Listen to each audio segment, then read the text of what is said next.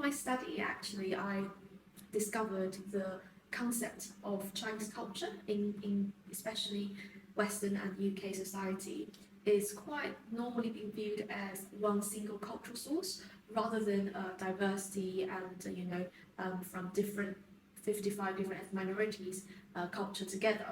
So that kind of idea and concept made me realize the importance of sharing traditional Chinese ethnic minority culture because in China, people will, normally understand you're not Han people, you're from ethnic minority groups, or people normally acknowledge that there's different cultures in China.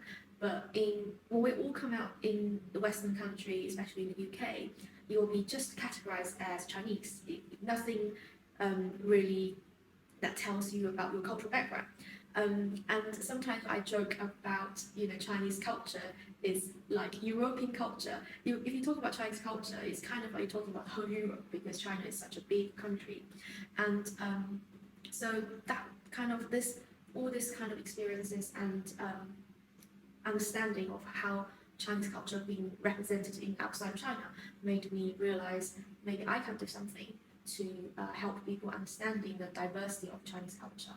So I founded the company about 4 years ago, 2019, September, when I just finished my undergraduate degree in University of London. So I think not just about by people's traditional culture, I think every single traditional culture is very important to human, like as one race, because all this culture is kind of like a river that flow and connecting every single generation together. If we lost, I mean, obviously we lost loads of traditional culture already, but there's still very core and very important parts still being passing down because they hold very, I would say, like universal value. It's not just to Bai people. For example, Bai people think, like those crafts are our way to communicate to nature and to our next generation. So it's a way to communicate as a whole race. And I think loads of culture has the value that people sometimes underestimate it.